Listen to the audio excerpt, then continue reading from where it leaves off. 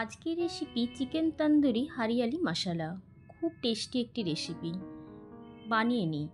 প্রথমে একটা পাত্রে হাফ লেবুর রস আমি দিয়ে দিলাম। এরপরে হাফ টেবিল চামচ লাল লঙ্কার কাশ্মীরি রেড চিলি পাউডার, আর হাফ টেবিল চামচ হলুদ গুঁড়ো, লবণ আর 1 টেবিল চামচ সর্ষের তেল দিয়ে খুব ভালো করে মেখে নিচ্ছি প্রথমে। এরপরে ফেটানো টক দই 2 টেবিল চামচ দিয়ে দিলাম, দিয়ে আবারও আমি মিশ্রণটা খুব ভালো করে মেখে নেব। এরপরে 600 গ্রাম মাংস দিয়ে দিচ্ছি। 600 গ্রাম লেগ পিস নিয়েছি, এখানে ছোট ছোট পিসও আপনি নিতে পারেন। আপনারা চিকেনের গাগুলো একটু চিড়ে নিয়েছি, আমি দোকানে বলেই এটা চিরিয়ে নিয়েছি, আপনারা বাড়িতেও ছুরি দিয়ে একটু কেটে নিতে পারেন, এতে করে মাংসে মশলাগুলো ভালোভাবে ঢুকবে।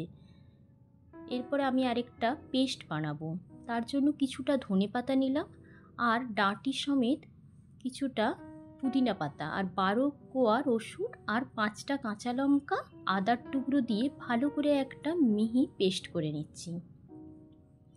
পেস্টটা আমার রেডি হয়ে গেছে। এরপরে ম্যারিনেট করা মাংসটার মধ্যে পেস্টটা আমি ঢেলে দিচ্ছি।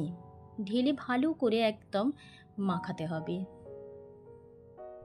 এখন আমি ম্যারিনেট করতে রেখে দেব 2 ঘন্টা, এতে করে মাংসটা সফট এবং জুসি হবে। এরপরে আমি পালং শাকটা সেদ্ধ করে নেব।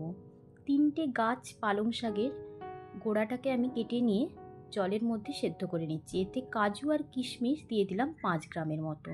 ভালোভাবে সেদ্ধ হয়ে গেলে যাতে কালারটা ঠিকঠাক থাকে, সেই জন্য আমি একটা ঠান্ডা জলের পাত্রের মধ্যে রেখে দিলাম, বরফ দেওয়া আছে পাত্রটায়। এরপরে 2 টেবিল চামচ রিফাইন তেল আর 1 টেবিল চামচ বাটার গরম করে মাংসগুলোকে দিয়ে ঢাকা দিয়ে লো ফ্লেমে এক একটা পিঠ 15 মিনিট করে সেদ্ধ করতে দিয়ে দেব।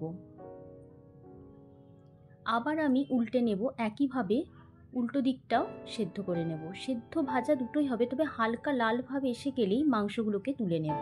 বেশি ভাজবো না, এই তেলের মধ্যে আমি বাকি রান্নাটা করব।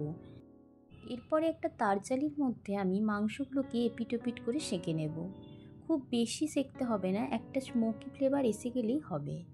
এরপরে আমি পেস্টটা বানিয়ে ফেলছি, তার জন্য মিক্সি জারের মধ্যে দিয়ে দিচ্ছি পালং শাক সেদ্ধ, কাজু, কিশমিশ আর দইয়ের মিশ্রণটা, যেটা ম্যারিনেট করে রেখেছিলাম মাংসটা, সেই মিশ্রণটা দিয়ে ভালোভাবে মিহি একটা পেস্ট করে নিচ্ছি।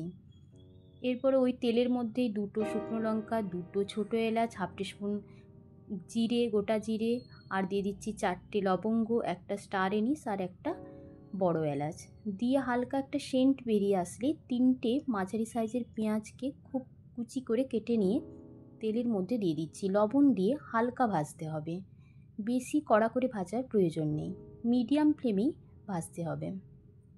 এখন ভাজা হয়ে গেছে। এরপরে আমি পেস্টটা ঢেলে দিলাম পালং শাকের।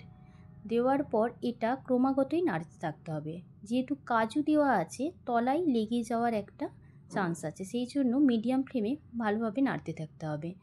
একটু হালকা কালারটা চেঞ্জ হয়ে গেলেই আমি মাংসগুলো দিয়ে দিচ্ছি।